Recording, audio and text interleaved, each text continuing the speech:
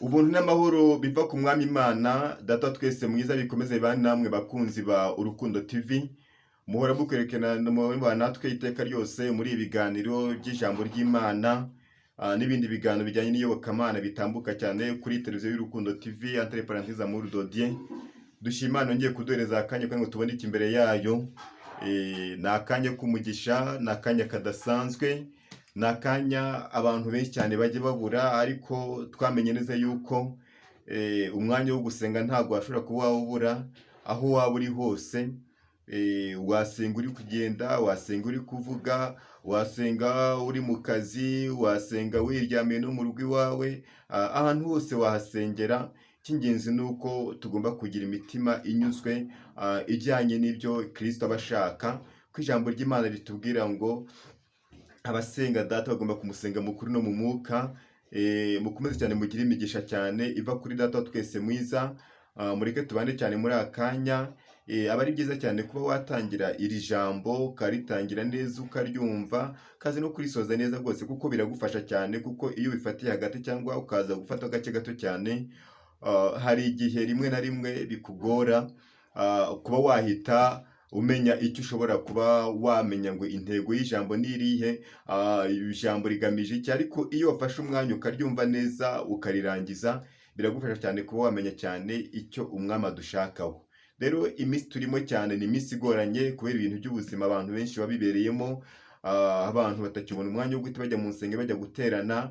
Ariko niyo mpamvu Imana yazanye amahirwe akomeye cyane kugira ngo tube dukoresha n'izi mbuga nkoranyambaga kugira ngo zidufashe mu buryo butandukanye bwo kumva ijambo ry'Imana. Imana y'amahoro cyane ikomeze cyane, ikomeze ibishimire mu byo mukora byose, mugire guhirwa, aho muba hose mukomeze mugire guhirwa. Imana ikomeze ibito cyane kurusha ibindi byose. Mureke tubanze twiragize Imana. Njyewe n'ubundi wo muri kuvugana nta wundi ni Samuel Mutezimana, ninjye muri kumwe. Mu gihe wagize igitekerezo cyangwa ufite icyo ushaka kuba wabaza, wakoresha nimero iba no kuri WhatsApp, byose nta kibazo. Nabyo nkoresha no kuri Telegram na Instagram, byose na Twitter na Facebook n'ubundi amazina niyo nkoresha Mutezimana Samuel, then the number kuba wakoresha ku bari mu mahanga, bari hanze y'igihugu cy'u Rwanda, mwajya mushyiraho ikimenyetso ko guterana 25 078 2 7 2 1 Imana y'amahoro ikomeze ibishimire cyane. Mureke twiragize Imana maze dufate umwanya durebe ko twakomeza kumva cyane icyo umwami adushakaho, tumenye neza ikijyanye n'ubwiru bw'ijambo ry'Imana. Uwiteka Mana yacu, Mana ifite imbaraga, tugushimiye kuri mwiza, tugushimiye ko abanye natwe, ukomeje guturinda, ukomeje guturiza ubuzima n'ushimwe himbazwe. Turi imbere y'amaso yawe, ariko nyemera cyane uze twishimire Mana, uze twemere kugira ngo n'ijambo ryawe ribe ryiza kandi ribe rizima, rigere mu mitima imenetse kandi rikeneye. Urakoze ko ugiye kuba natwe muri byose kandi ko ugiye gushaka byose ko ubishoboye. Bisabye nizewe Kristo umwami wacu, amen. Amahoro y'Imana akomeze bane namwe. Mureke rero dukomeze cyane n'iri jambo, dusome ijambo ry'Imana dusanga mu gitabo cya gatanu cya Mose. Igitabo cya gatanu cya Mose, igitabo cya gatanu yanditse, igitabo cya gatanu yanditse cyitwa gutegeka kwa kabiri. Nicyo tugiye gusomaho, nicyo tugiye kureba cyane cyane muri ariya mategeko, kuko ndashaka kugira ngo mbereke isoko y'imigisha twaba dukeneye, isoko y'imigisha twaba turi gushaka, isoko y'imigisha yayindi yose umaze igihe kirekire usengera, utazi uko bimeze, utazi uko uzayibona, ariko hari isoko yamaze kuboneka kugira ngo iyo migisha yose uyigereho. Amena. Iyo soko rero ahari, nagira ngo reka turebe ko twasoma n'amagambo turi buze kuba twasoma. Araza kuba ari maremare, ariko ntabwo tuzi kuyasoma yose, ahubwo turumva cyane iki gice cya 28 ko dushobora kuba twavuga ko ngo tumenye neza ibishobora kuba byaba ikibazo kugira ngo utaza kwakira ya migisha. Turebe neza n'igisubizo gishobora kuba cyavuga ngo ya migisha umuntu abe yashobora kuba yayakira, nta kindi. Rero iki gitabo nicyo tugiye kuba twaganiraho, nicyo tugiye kuvugaho cyane, ariko munyemere cyane rwose mu nkundire dutangirane kandi tuze no gusozanya, kandi ujye ufata cyane umwanya wo kumva ikibwiriza mu gihe wamaze gucyumva. Ufite n'inshuti zawe muri rusange washobora kuba wacyohereza, bakaba bashobora kuba bakumva ibijyanye n'ubwiru bw'ijambo ry'Imana. Icya mbere cyo nasanze neza yuko abantu muri iyi minsi cyane dukeneye ijambo ry'Imana, turarikeneye mu buryo butandukanye, ariko nta handi hantu uzigera urikura usibye ko wakumviriza ukumva ibyo umwami ashaka, ibyo umwami ashima. Amena. Mureke dusome cyane ijambo ry'Imana kuri 28, turahera ku murongo wa mbere tugeze epfo gato cyane. Ntabwo turi busome amagambo maremare kuko tudafata umwanya uhagije wo kuba twabisobanura, naho nubwo atari igihe kirekire, ariko ndabizi neza yuko biri byo ko byagenda neza byose muri rusange. Amena.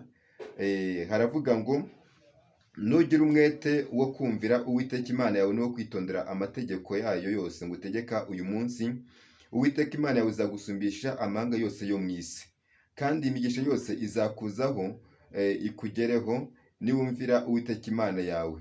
Uzagirira umugisha mu mudugudu, uzawugirira mu mirima, hazagira imigisha imbuto zo mu nda yawe n'imyaka yo ku butaka bwawe n'imbuto z'amatungo yawe, kororoka kw'inka zawe n'uko imikumbi yawe, hazagira umugisha igitenga cyawe n'ikibuvugiramo. Uzagira umugisha mu majya no mu maza.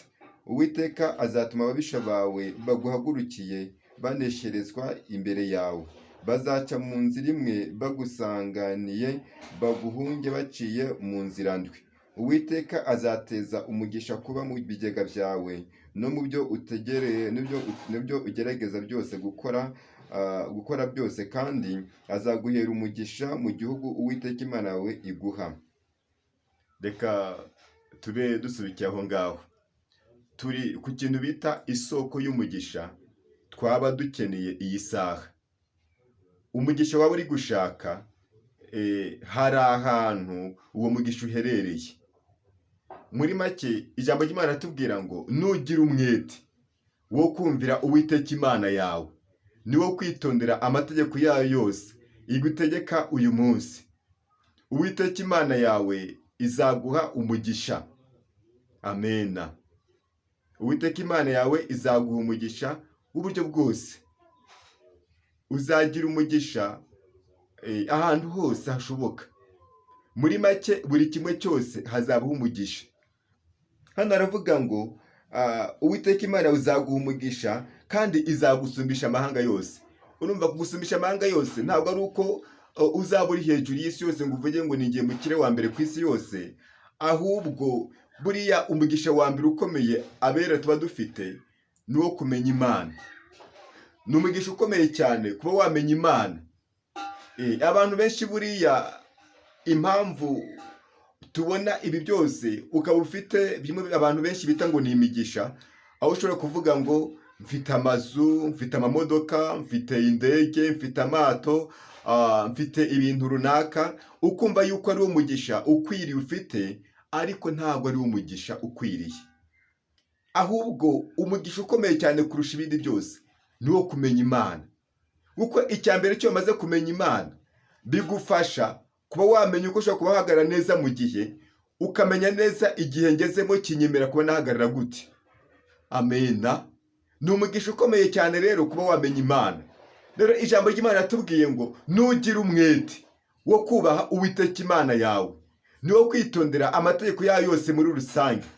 Iyi migisha yose uko ingana, imigisha yose uko ingana yose izakugeraho. Amena. Imigisha yose uko ingana yose izakugeraho. Uzagira umugisha mu buryo butandukanye.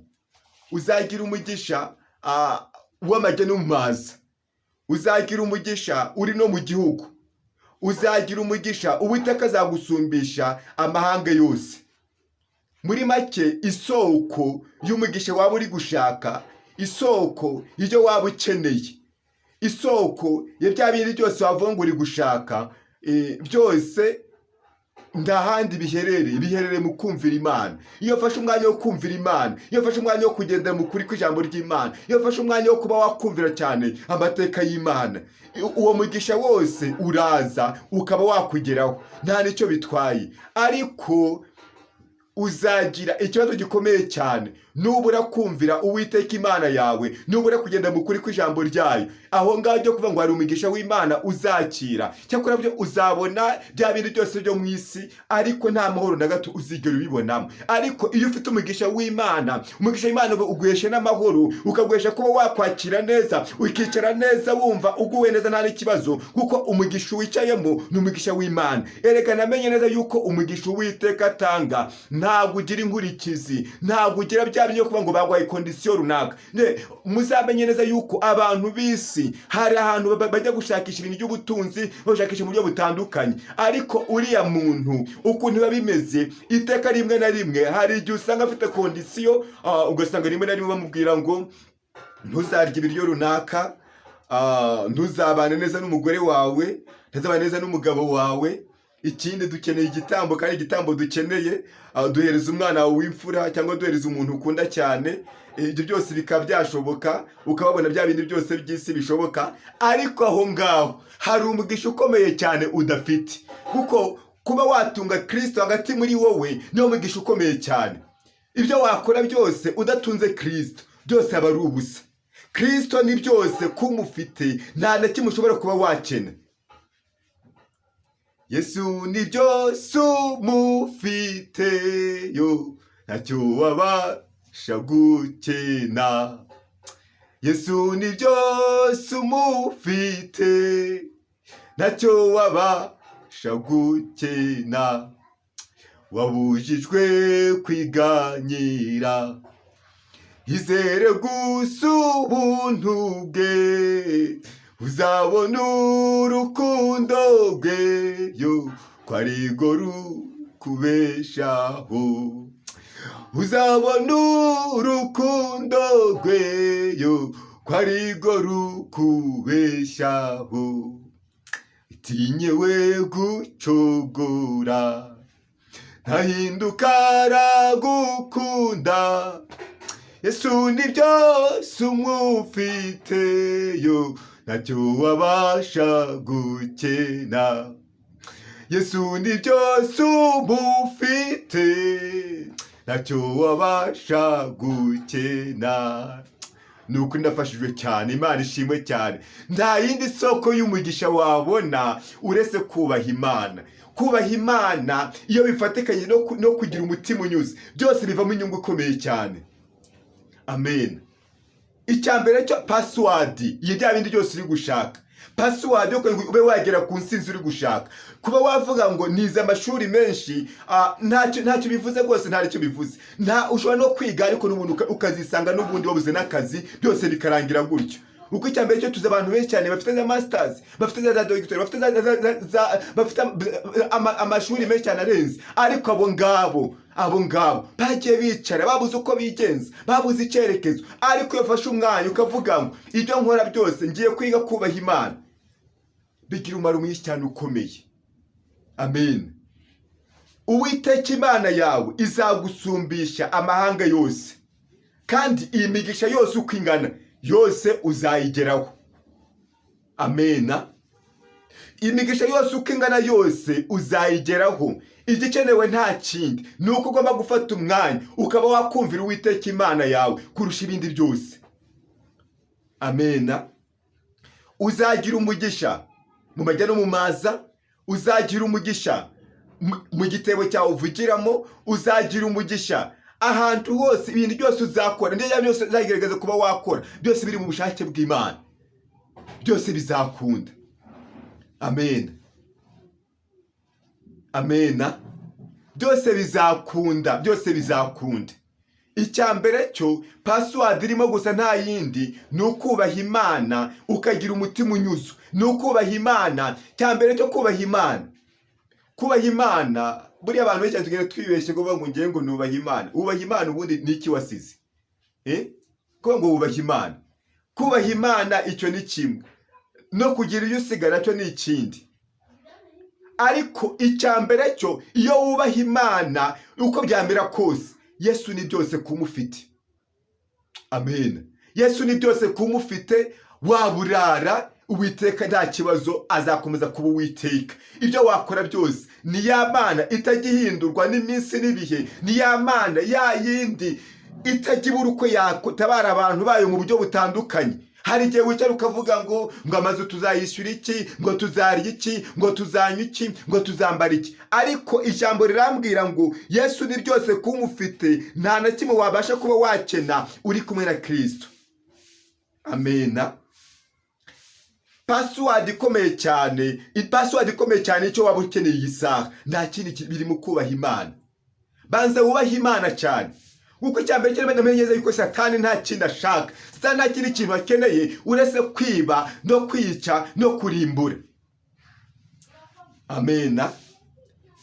Uretse kwiba, kwica no kurimbura, ni nacyo kintu Satani buri cyo kijyambere ashoboye buriye. Ashoboye kwiba, ashoboye kurimbura, ashoboye no kwica.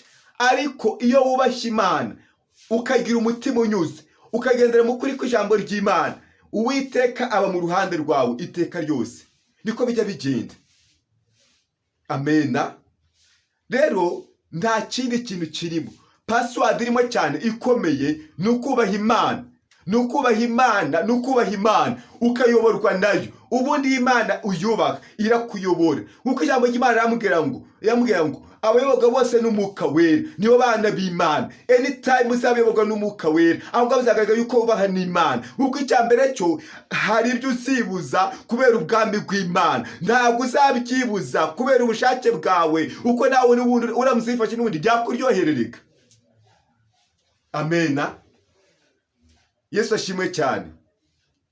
Icyambere cyo uko byagenda kose, ushakisha ukuntu wabanza kubaha Imana, ushakisha ukuntu wabanza kubaha Imana mbere y'ibindi byose. Amena. Imana ikeneye yuko abantu bayubaha kugira ngo wakire uwo mugisha w'Imana. Ibyo wakora byose nawe wasenga amasengesho ameze gute, utubaha Imana, aho ngaho n'ubusa.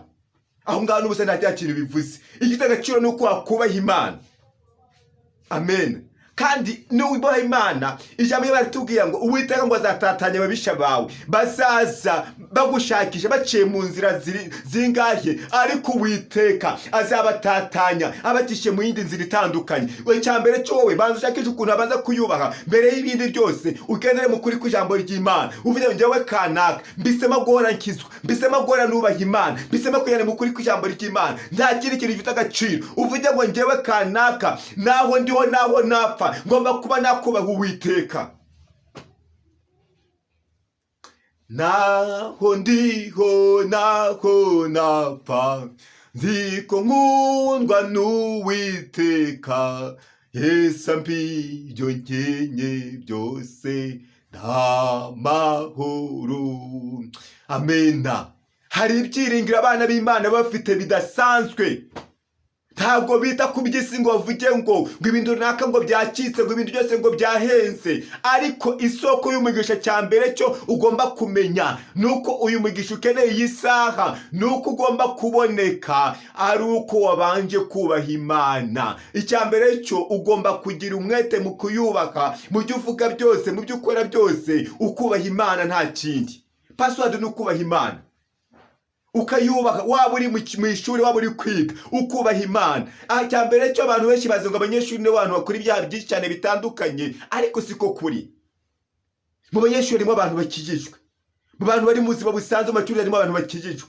Ariko Imana irashaka yuko ibyo waba ukora byose, waba uri umuyobozi runaka, waba uri perezida, waba uri minisitiri, waba uri depite, waba uri senateri, waba uri kanaka, waba icyo waba ukora cyose, waba wikorera, waba ufite ubutunzi, waba ufite za miliyari, waba ufite amafaranga menshi ashoboka, icyambere cyo ugomba kuyatunga ariko wubaha n'Imana. Ereka ibyo wagira byose Imana ugomba kuyikora nk'uzayikenera. Kuko icyambere cyo uyu muka dufite iyi saa turawufite, ariko ejo mu gitondo hari uko bizagenda. Ejo mu gitondo ushobora kwisanga byarangiye, ariko ugasanga yamayigo wagize yo kubaha Imana niyo yagiye kuba yakubera imbarutso yo kuba wanezeza Imana. Imana ikaba yakwishimira, Imana ikaba yabana nawe. Menya neza yuko nyuma y'ubuzima hari ubundi buzima. Menya yuko nyuma y'ubuzima turimo ahangaha aho twicaye, ahangaha hahoze abandi.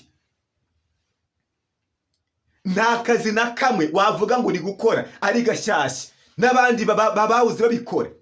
Iyo bavuga ngo ucuruza ibintu runaka n'abandi babuze babicuruza, iyo bavuga ngo ukora ibintu runaka n'abandi babuze babikora, ariko igifite agaciro cyane ni uko ugomba kubaha Imana, ukubahisha Imana ibyo ukora byose. Buri wese akavuga ngo burya byibuze kanaka nawe ayubaha Imana. Yesu ashimwe cyane. Kubaha Imana ntabwo ari uko uzambara imyenda myiza, ufite no kuba wayubaha ukambara imyenda icitse nta n'ikibazo. Hari igitekerezo cy'umuntu umwe byagiye mu nama ahantu, agenda nyine ari wa muntu ugiye wiyemereye cyane, afata indege aragenda arirukanka. Ageze mu nama, yari inama y'abantu b'abayobozi bakomakomeye cyane, b'abantu b'abacuruzi bakomakomeye, b'abashoramari cyane, nibo bari bari muri iyo nama. Ageze muri ya nama asangaho umuntu biganye, bamaze imyaka myinshi batabonana, ariko urumva ngo bari inshuti bakiba ku ishuri. Ariko wa muntu ageze muri ya nama, ikintu cya mbere cyo yakoze, yasihura na wa wundi, yaraje aramusuhuza. Abona ni umuntu wambaye ibintu biciriritse, ntabwo ari ibintu rwose bikomeye cyane, ni ibintu biciriritse cyane mu buryo budasanzwe. Rero wa muntu amurebye atavuga ngo kana k'ubuzima bushobora kuba bwaramukubise, niko yatekereje amurebeye mu myenda, ariko atazi neza yuko uwo muntu hari uko Imana yagiye imuhindura amateka mu buryo budasanzwe. Noneho wa mugabo amurebye aramubwira ngo tugende, none se uko mbona uje hano bitumeze gute? Nyine abona ni wa muntu ucishiye bugufi, ni wa muntu uca bugufi. Erega ku bantu bubaha Imana ntabwo ari abantu bishyira hejuru, ni abantu bagomba guca bugufi mu byo bakora byose, mu byo bavuga byose ugomba guca bugufi. Ntabwo wakubaha Imana ngo ugende wishyira hejuru ngo bishoboke. Birasaba yuko umwanya wose waba wicayemo, reba ukuntu wakwishyira hasi cyane uce bugufi. Uko Yesu aravuga ngo umuntu ushaka icyubahiro n'ubugingo no kudapfa, ngo abishakishe gukora ibyiza bidacogora, adacogora iteka ryose. Noneho ijambo ry'Imana rigatubwira ngo icya mbere niba ushaka kuvuga ngo ndashaka kuba mukuru, nuko ugomba kugaragara yuko uri muto cyane imbere y'abandi bose. Bageze muri ya nama, inama irarangira, barataha. Wa mugabo aza gutumira wa wundi, abona nyine n'uwambaye gutya ibintu biciriritse, araza aramutumira. Ageze muri we, wa mugabo akomeza amuyemeraho cyane, yamwereka dore ngewe byaciyemo bimeze neza nta kibazo. Mugenzi abona ari umuntu ucishe make, mugenzi nyine abona mugenzi wabyishimiye nta n'ikibazo, kandi ifite n'akamodoka gaciritse nta n'ikibazo afite. Wa mugabo n'umugore we nabo baza kugambira kujya gusura wa mugenzi wabo nyine ko bamaze kumenya uko bimeze. Bagezeyo, bageze muri quartier batuyemo, babanza kubaza kwa kana kanihehe. Babona ni ahantu haciritse, agiye kwitura, no mu cyaro agiye kwitura hameze nabi cyane. Bajyaho baricara baraganira, bari baganira nyine. Kanaka wa muntu n'ubundi akomeza kugenda yiyemera cyane mu buryo budasanzwe, yiyemera kuri mugenzi we, komeje yiyemera mu buryo budasanzwe. Sindi ukuntu yarebye ahantu muri salo kuri ya makadre bari muri salo, abonaho kadre y'umugore w'uwo mugabo bagiye gusura, arimo yakira igikombe nk'umuntu w'umukozi w'indashyikirwa cyane w'uwo mwaka yahawe na kampani imwe. Noneho wa mugabo abura icyo yakora, sinzi ukuntu yarebye, abona n'ibindi bintu bitandukanye bigaragaza yuko umugabo burya nubwo yicisha bugufi ariko ashobora kuba ari umuntu ukomeye. Wa mugabo rero niko guhita bakomeza baraganira. Wa mugabo aramubaza, none kubera icyo waje gutorana ntakirese? Avuga ngo biriya byose hariya hose mutuye, muri akasi hose mutuyemo, hariya hose ni umudugudu wanjye, uriya ni umudugudu wanjye mutuyemo, n'ubundi mwese mutari munabizi. Amena. Wa mugabo abura icyo yavuga kandi yaje yiyemereye. Isomo ry'umunyamukuru nta kindi, ni uko ugomba kwicisha bugufi cyane, ukubaha umuntu wese, ukamubahire uko mubonye. Apana kurebera umuntu mu myenda utazi wa muntu ukuntu ameze, nubwo wamenya uko ameze. Ugomba kumenya neza yuko uwo muntu akurenze, kuko hari ikintu akurusha mu buzima bwawe, hari ikintu akurusha. Rero turi ku ijambo ryitwa kubaha Imana. Nugira umwete wo kubaha Imana, imigisha yose n'ubundi uzayibona. Ariko ijambo rigatubwira ngo n'ubundi nugira umwete wo gutubaha Uwiteka, hari imivumo uzabona. Niko bimeze. Ariko n'ubundi nuko amaze kugira umwete wo kuyubaha yamenye tubwira ngo amahanga yo mu isi yose azabona yuko witira izina ry'Uwiteka nugira umwete wo kuyubaha. Hanga nk'urugero nka Aburahamu yitiriwe sokuru wabizera kuko yubashye Imana mu gihe kiba gikwiriye, yubaha Imana nta n'ikibazo. Amena. Imana irashaka yuko abantu bayubaha mu byo bakora byose, uko ugenda kose ukubaha Imana.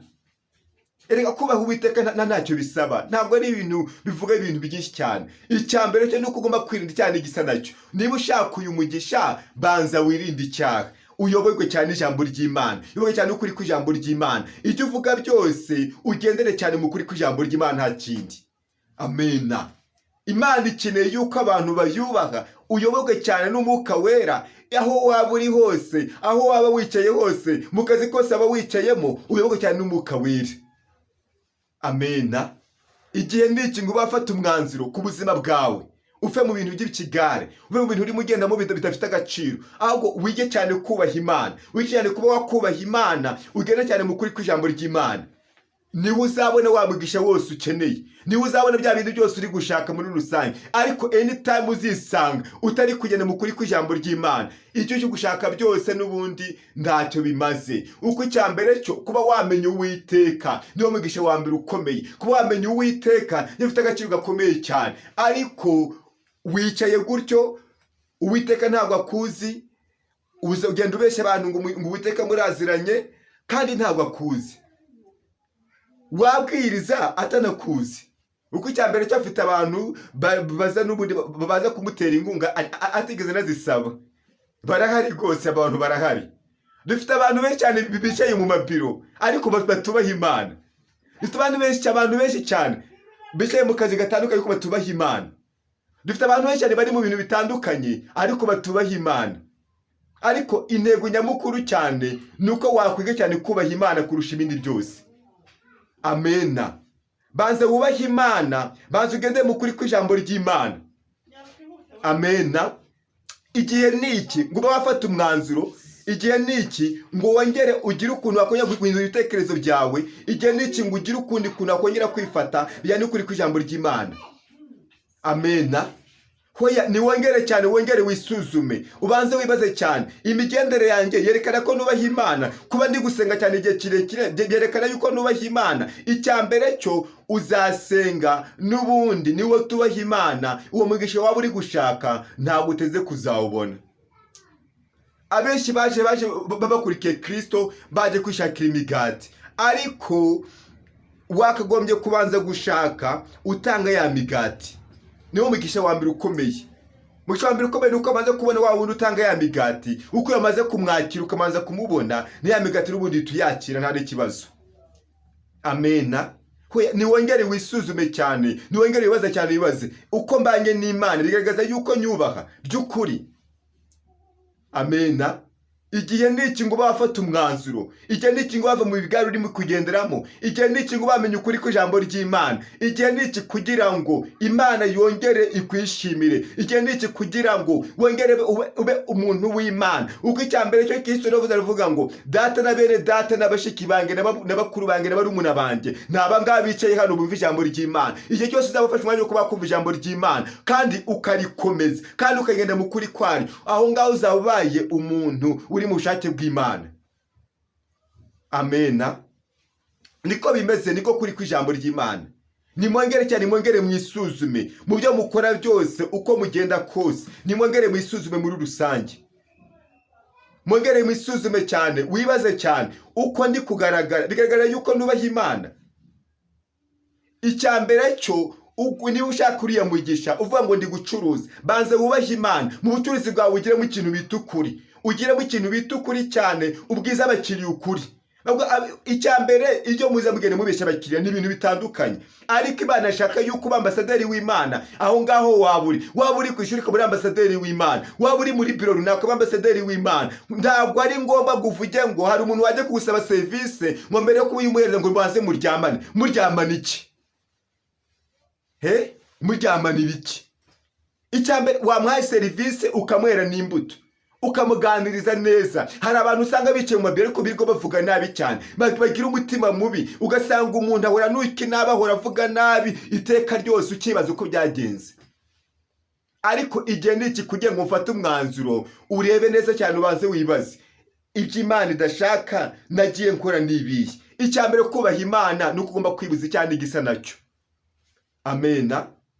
Mureke dusenge, ariko ufate umwanzuro cyane, wongere wubahe Imana, wongere wubahe Imana cyane, wongere uvuge ngo ngewe kanaka mfashe umwanzuro ku giti cyanjye wo kubaha Imana, zagendera mu kuri kw'ijambo ryayo, kandi nzayoborwa n'ijambo ryayo. Ibyo Imana izambwira gukora nibyo nzakora, ibyo izambwira kuvuga nibyo nzavuga, niko kuri nta kindi. Bwiza Imana ukuri, uyibwize na nawe wagiye unanirirwa, uvuge ngo Mana dore aho nagiye ndanirwa n'ahantu runaka. Muri make uyisabe imbaraga igushoboze. Ereka ibidushaka ni byinshi, ibishaka umuntu hagati muri wowe ni byinshi, ibigukeneye ni byinshi cyane, ariko niwongere ubwire Imana, uyereke intege zawe, dore Mana ajya handwanya n'ahangaha, ngeneye yuko uyu munsi wakongera ukambereza imbaraga, kongera nkaba ku rufatiro rwiza rujyanye n'ibyo ushaka. Amena. Mureke dusenge Imana, tuyishimire kuri iri jambo, ariko cyane dushaka gusaba imbaraga zidushoboza kuyubaha, cyubahisha ibyo dukora n'ibyo tuvuga. Uwiteka Mana yacu, tugushimiye kuri mwiza, tugushimiye ko ijambo ryawe ko ari iryera, wowe urakirana uko bukeye uko bwije. Mu izina rya Yesu Kristo tubonetse imbere y'amaso yawe, Mana dushoboze kukubaha, tukubahisha ibyo dukora n'ibyo tuvuga, tukubahisha Mana uko tugenda. Mu izina rya Yesu, ineza yawe n'urukundo rwawe bize biganze kuri twebwe. Urakoze Mana kuduhaye imbaraga, urakoze kudushoboje, bisabye nizeye Mana z'ukuri bikore bwa Kristo Yesu umwami wacu. Amen.